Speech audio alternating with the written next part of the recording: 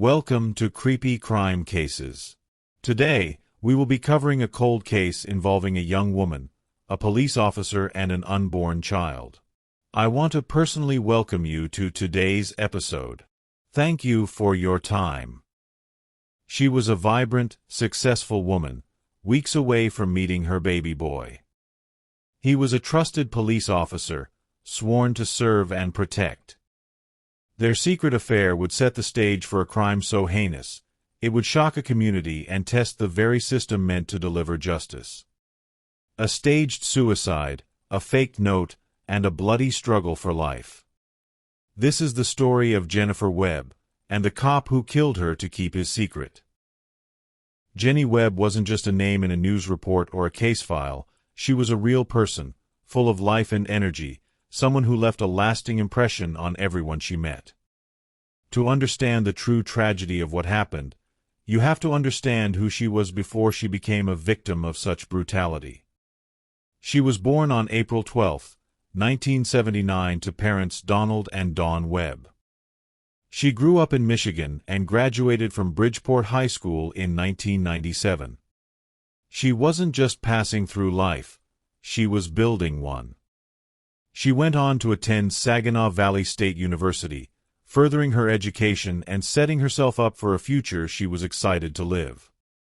She landed a great job working for P.F. Markey, a company where she clearly excelled and found stability. This stability wasn't just for show, she was stable enough to have managed to buy her own home.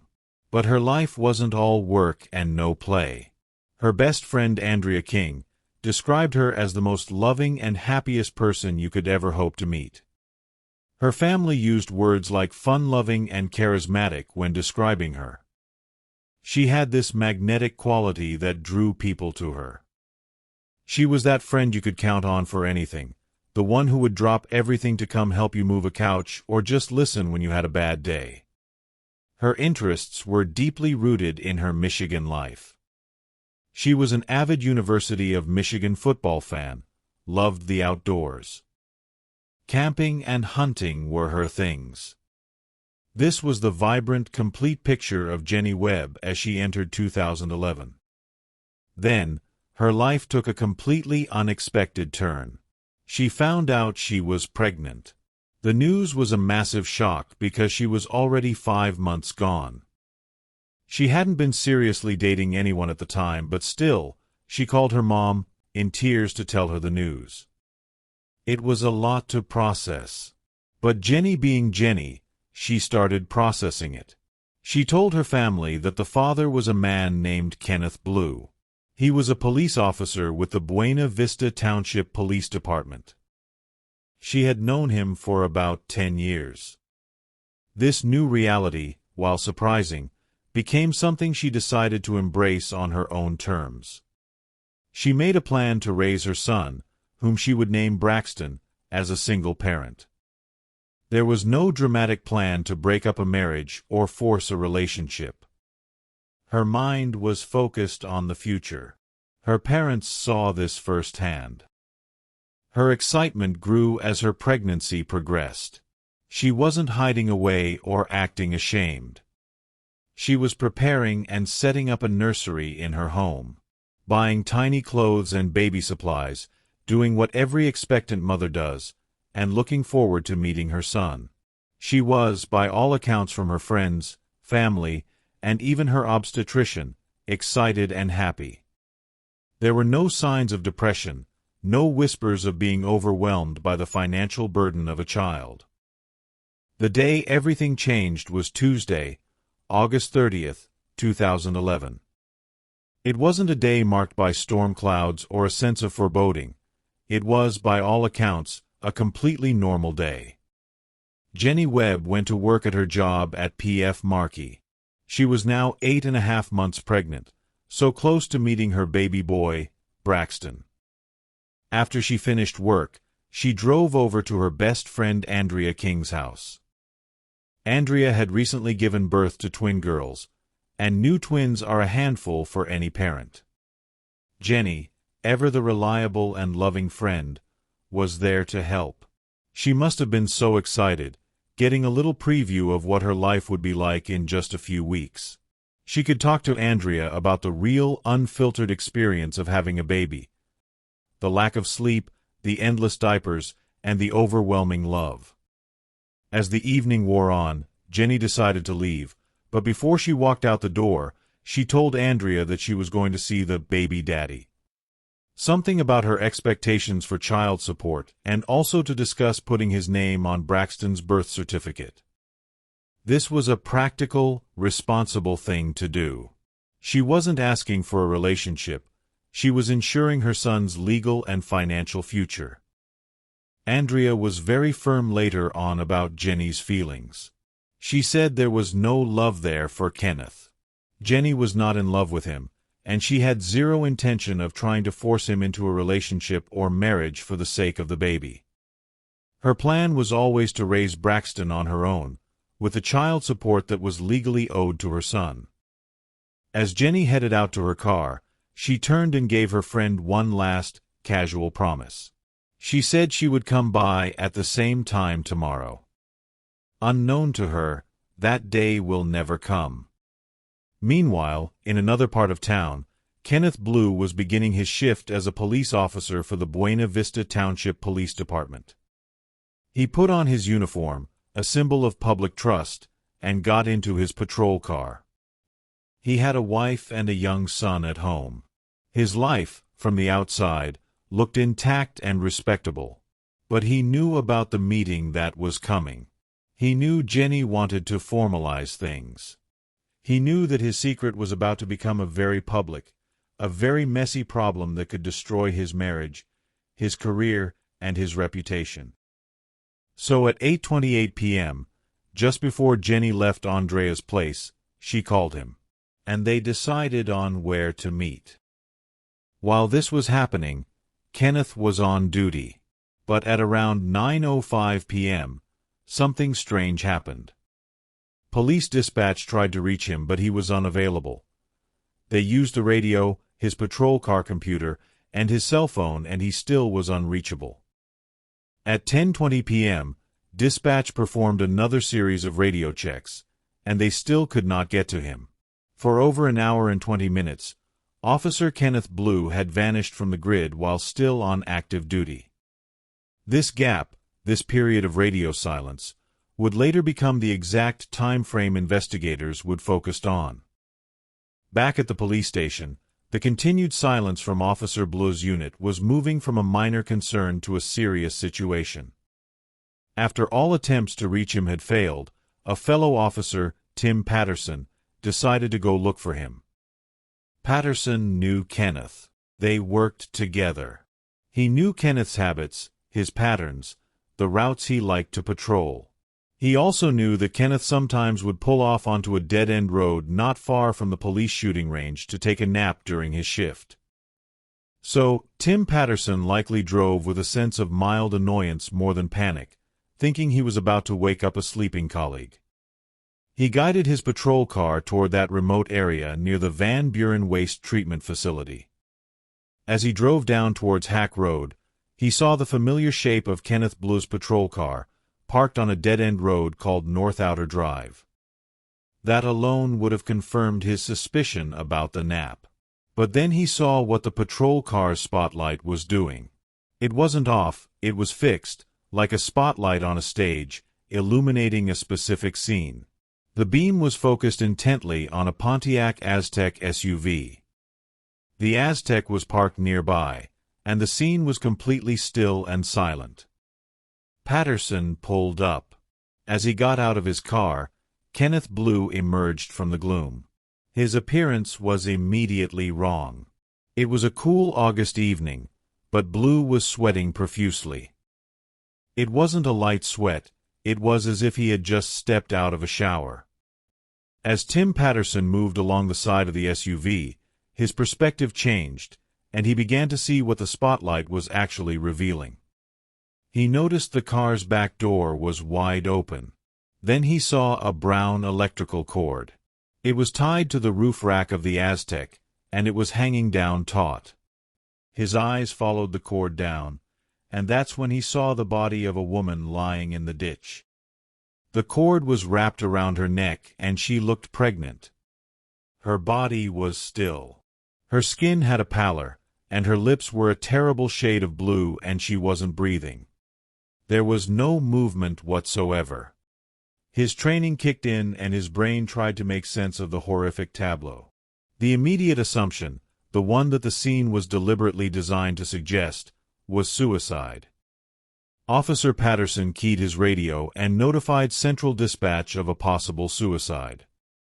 His focus was on the victim. But even as he did this, a part of his mind must have been screaming about the officer standing opposite him. Because Kenneth Blue was not acting like a cop at a death scene. He was acting strangely, nervous and uneasy. Despite being a veteran officer who had surely seen gruesome things before, he seemed deeply rattled in a way that seemed off. Then, Blue made his way to the driver's side of the vehicle. He grabbed the victim's purse, which was inside the car, and began to look through it. He found the woman's driver's license, and a single sheet of paper. The license would identify the victim, and the paper turned out to be a typed suicide note. He held the note and read parts of it. And then he made a statement to Officer Patterson, claiming that he knew the woman, and that he knew her from a local bar. He didn't say he was the father of her child, neither did he say he was meeting her here tonight. The wheels of a police response began to turn. Detective Sergeant Sean Waterman received the call and responded to the scene. When he arrived, the initial picture presented to him was tragic and seemingly straightforward. There was a body, a ligature, and a suicide note. For any law enforcement officer, those three elements together often point to a clear conclusion. The scene afterwards was treated with professionalism, but under the assumption that this was a death by suicide. Evidence photos were taken, and notably, it was Officer Kenneth Blue himself, using his own department-issued camera, who took many of these initial pictures of the scene he had just discovered. The Pontiac Aztec was towed away to a secure impound lot, and Jenny Webb's body was carefully transported to the morgue for examination. The official reports began to be drafted, and the machinery of a sudden death investigation started up. As the officers prepared to head back to the station to complete their paperwork, Officer Tim's observations of his colleague became even more critical. He watched Kenneth closely and noticed that the area around his eye, which had earlier just been red and irritated, was now rapidly darkening into a pronounced black and blue bruise. This was a fresh injury, and it was getting worse by the minute. Patterson also noticed something else that broke from standard procedure. At the end of a shift, especially a shift where an officer has been at a messy crime scene, the uniform is supposed to be placed into a specific department laundry service to be cleaned and documented. Instead, Kenneth Blue took his sweaty, possibly soiled uniform and placed it into his own personal laundry bag. He did not hand it in, presumably to deal with it himself at home. This was another huge red flag. It suggested a desire to control the evidence, to wash away any potential traces of a struggle that might be on the fabric. Meanwhile, Detective Waterman had the most difficult job that any detective ever faces. He had to notify the family of the victim of their latest discovery. He arrived at the home of Donald and Dawn Webb at 1 a.m. on August 31st. Waking parents in the middle of the night to tell them their daughter is dead is a terrible task. He delivered the devastating news and explained the preliminary findings, that it appeared Jenny had taken her own life. The reaction from Jenny's parents was immediate and absolute. They did not just quietly grieve, they vehemently rejected the conclusion. Dawn Webb's response was etched in Detective Waterman's memory. She said, "She may be dead, but she didn't commit suicide." They then did what any loving family would do. They began to show him proof of their daughter's state of mind. They brought him into the nursery Jenny had prepared. They showed him the clothes she had bought, the crib she had assembled. They showed him everything. And then they delivered the bombshell that would completely shatter the suicide theory and redefine the entire investigation. They told Detective Waterman that Jenny had told them who the father was, and it was Kenneth Blue. And not only was he the father, but Jenny had specifically left her friend Andrea's house that very night to go and meet with him to discuss child support and the birth certificate. For Detective Waterman, a seasoned professional who had worked as a paramedic and served in Southeast Asia, this was the moment everything flipped. In an instant, the pieces snapped together into a terrifying new picture. The suicide note was a fake. The scene was staged. The man who found the body was the man who put it there. Waterman knew right then and there that they were not investigating a suicide. They were investigating a homicide, and the prime suspect was one of their own. His next step was critical. He immediately contacted the Michigan State Police. This was no longer a Buena Vista matter. They needed an outside, impartial agency to take over and pursue the truth, no matter where it led. With the Michigan State Police now leading the investigation, the case transformed from a presumed suicide into a full-blown homicide inquiry. Every piece of evidence, every assumption, was now viewed through a new, critical lens. The first order of business was to secure the scene all over again. Forensic scientists Gary Ginther and Valerie Bowman arrived with the morning light to conduct a meticulous search of the area where Jenny's body was found. Their initial findings felt oddly sparse. They discovered a pair of flip-flop sandals in the ditch below where the Aztec had been parked. But for a violent death, even a staged one, there should be more. The scene felt too clean, too neat. It felt like only part of the story. This feeling led them to expand the search perimeter significantly. They began canvassing a much wider area, moving beyond the immediate vicinity of the car. About 195 feet away from where Jenny's body was discovered, they found what looked like a secondary scene. This was the missing piece. Scattered on the ground was a collection of crucial evidence. There was a single cigarette butt, a small charm, likely from a necklace, and there was a single small drop of blood on the ground. Each item was carefully collected, bagged, and tagged, destined for the state crime lab.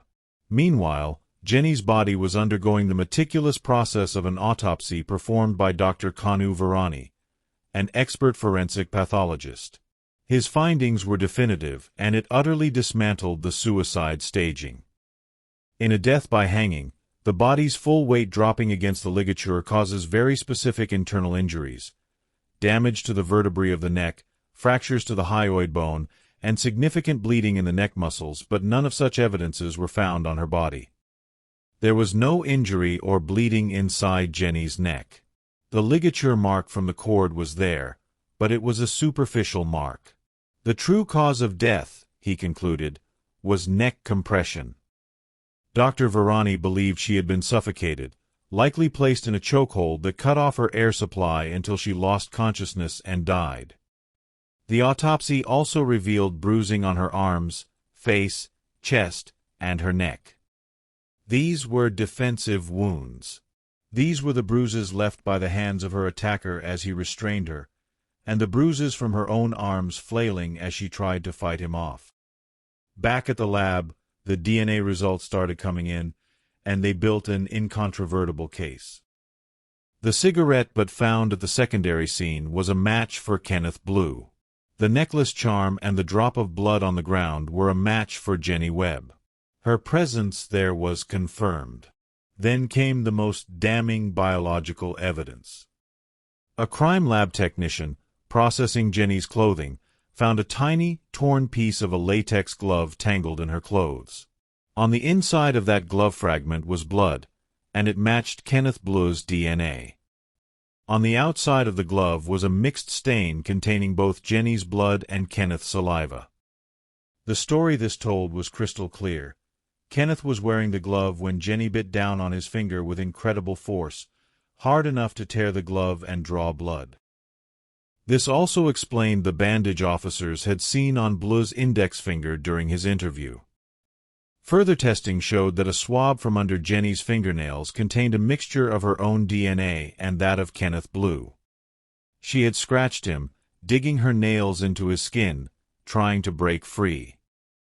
A paternity test removed all remaining doubt, proving that Kenneth was definitively the father of Jenny's baby. The evidence was no longer circumstantial. It was physical, biological, and overwhelming. Jenny Webb, in her final desperate moments, had managed to tag her attacker with the very evidence that would convict him. Up until this point, the evidence painted a picture of a violent confrontation, a struggle that ended in murder. But was this a heat-of-the-moment crime, or was it something far more calculated? The answer to that question lay not on that dark road, but inside Kenneth Blue's home. Investigators seized his personal computer and sent it to experts in forensic computer analysis. They needed to look back in time, to see what Blue had been thinking about in the weeks and months leading up to that night. What they found was a chilling digital diary of premeditation. His searches were about suicide. He looked up painless ways to commit suicide.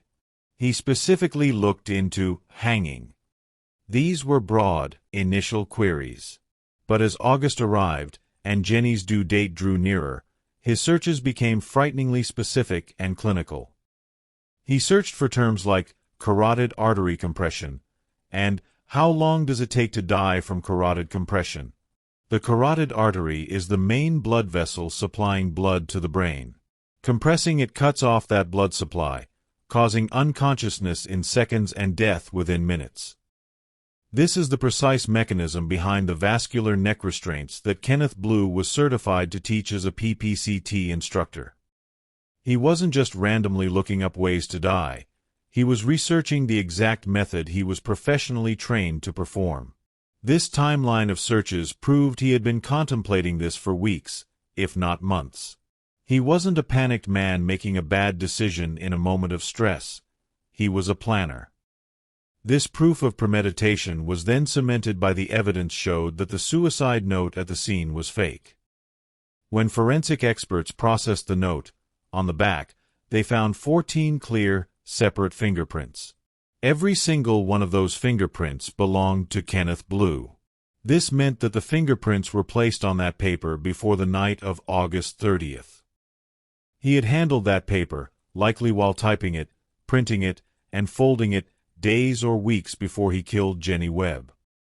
There was not a single fingerprint from Jenny on that letter. She had never touched it, nor has she never seen it. This was the final, irrefutable proof that the murder was not an accident or a sudden burst of violence. It was a cold, pre-planned execution. This moved the crime from a tragic murder into the realm of first-degree, premeditated murder, a distinction that would mean the difference between a prison sentence and life behind bars. The mountain of evidence was now insurmountable. All of it pointed to one man. On September 13, 2011, just 2 weeks after he murdered Jenny and her unborn son, Kenneth Blue was arrested. The image was shocking, a police officer, in handcuffs, being led away from the very community he had sworn to protect. His wife, Lisa, upon learning the truth of his affair and the brutality of his crime, immediately filed for divorce. The Buena Vista Police Department was left reeling, forced to confront the fact that one of their own had committed an unimaginable evil. The case now moved from the streets and the crime lab into the cold, formal arena of the courtroom. In October of 2012, more than a year after the murders, the trial of Kenneth Blue began. The courtroom was likely packed with Jenny's family and friends, members of the public, and with police officers there to see the process through. The prosecution, led by Saginaw County prosecutors, methodically built their case. They called 31 witnesses to the stand. They walked the jury through every piece of evidence. The medical examiner, Dr. Kanu Virani, took the stand and delivered his powerful testimony, explaining in clinical detail why Jenny's death was a homicide by suffocation and not a suicide by hanging. In contrast, the defense case was shockingly thin. They called only one witness. Their strategy was to try and poke small holes in the prosecution's narrative, rather than present any alternative theory of the crime that could explain the vast amount of evidence. Most notably, Kenneth Blue himself never took the stand in his own defense. After all the testimony was complete, the case was handed over to the jury. Given the complexity and the sheer volume of evidence, one might have expected a lengthy deliberation, but it was not. After only 2 hours of discussion, the jury returned to the courtroom with their verdict. They had found Kenneth Blue guilty on all counts: first-degree premeditated murder, assault of a pregnant individual intending to cause a miscarriage or stillbirth, and 2 counts of felony firearm possession. The verdict was swift and decisive. The sentencing hearing was where Jenny's family finally had their chance to face the man who had destroyed their lives. Saginaw County Circuit Judge Darnell Jackson sentenced Blue to the mandatory term of life in prison without the possibility of parole for the first-degree murder conviction. He added 65 to 100 years for the assault conviction and 2 years for each of the felony firearm convictions. During the sentencing, Dawn Webb had faced her daughter's killer and delivered a victim impact statement that gave voice to a pain beyond measure.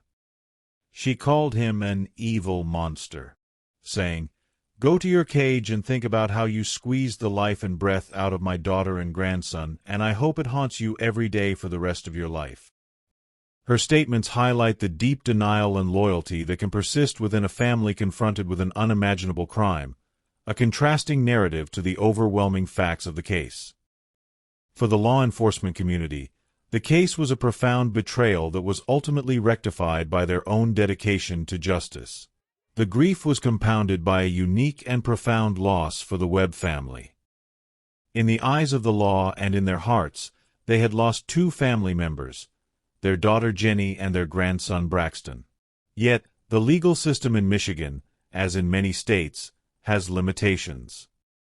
While Kenneth Blue was convicted of assaulting a pregnant individual with the intent to cause a miscarriage or stillbirth, he could not be charged with a separate count of murder for Braxton's death. This legal nuance is a difficult reality for families in these situations. The law does not fully recognize the unborn child as a separate victim for a homicide charge. This meant that while Blue was being held accountable for ending Jenny's life, the specific life of Braxton Webb was not the subject of its own murder charge. However, the legal process had one more turn. In August of 2014, a Michigan Court of Appeals reviewed the case and sent it back to Judge Jackson. Their ruling stated that the 65 to 100-year sentence for the assault charge exceeded the state's sentencing guidelines by nearly 50 years. The judge was instructed to re-sentence Blue on that single count. On November 3, 2014, he re-sentenced Kenneth Blue to the maximum sentence allowed under the guidelines for that charge, 18 years and 9 months to 40 years in prison. This sentence would run concurrently, or at the same time, as his life sentence. A life sentence without parole means that Blue would die in prison regardless of the shorter concurrent sentence. The good cops, Officer Tim Patterson, Detective Sean Waterman, Detective Sergeant Alan Ogg, and the Michigan State Police investigators, had followed the evidence wherever it led, even when it led to one of their own. They ensured that the badge was not tarnished by one man's evil. Detective Ogg believed that Blue truly thought he would get away with it, that his position and his staging would be enough. But he didn't count on Jenny Webb. In her final moments, she fought so fiercely that she left a biological roadmap on her killer, her car, and the crime scene.